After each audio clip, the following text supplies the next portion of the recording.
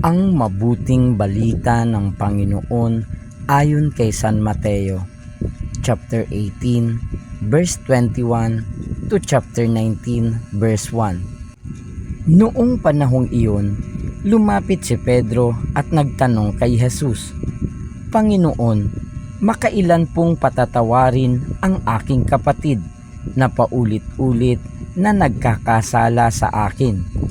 Makapito po ba?" Sinagot siya ni Jesus, "Hindi ko sinasabing makapito, kundi 70 ulit pa nito, sapagkat ang paghahari ng Diyos ay katulad nito.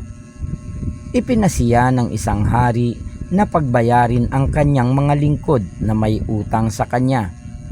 Unang dinala sa kanya ang isang may utang na 10 milyong piso. Dahil sa siya'y walang ibayad, iniutos ng hari na ipagbili siya, ang kanyang asawa, mga anak at lahat ng ari-arian upang makabayad.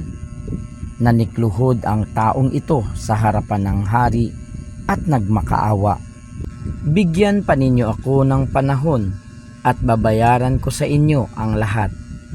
Naawa sa kanya ang hari, kaya ipinatawad ang kanyang mga utang at pinayaon siya.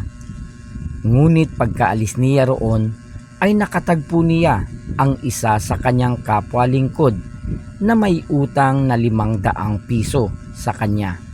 Sinunggaban niya ito at sinakal, sabay wika, "Magbayad ka ng utang mo." Naglumuhod iyon at nagmakaawa sa kanya, "Bigyan mo pa ako ng panahon at babayaran kita." Ngunit hindi siya pumayag.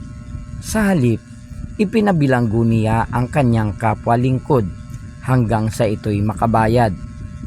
Nang makita ng kanyang mga kapwa-lingkod ang nangyari, sila'y labis na nagdamdam. Pumunta sila sa hari at isinumbong ang nangyari. Kaya't ipinatawag siya ng hari. "Ikaw, napakasama mo," sabi niya. "Pinatawad kita sa utang mo sapagkat nagmakaawa ka sa akin.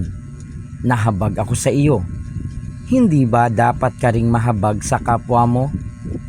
At sa galit ng hari, siya'y ipinabilanggo hanggang sa mabayaran niya ang kanyang utang. "Gayon din ang gagawin sa inyo ng aking Amang nasa langit, kung hindi ninyo patatawarin ang inyong kapatid." Pagkatapos sabihin ni Jesus ang mga bagay na ito, siya'y umalis sa Galilea at nagtungo sa lupain ng Judea sa kabila ng Ilog Jordan. Ang mabuting balita ng Panginoon. Pinupuri ka namin, Panginoong Hesukristo.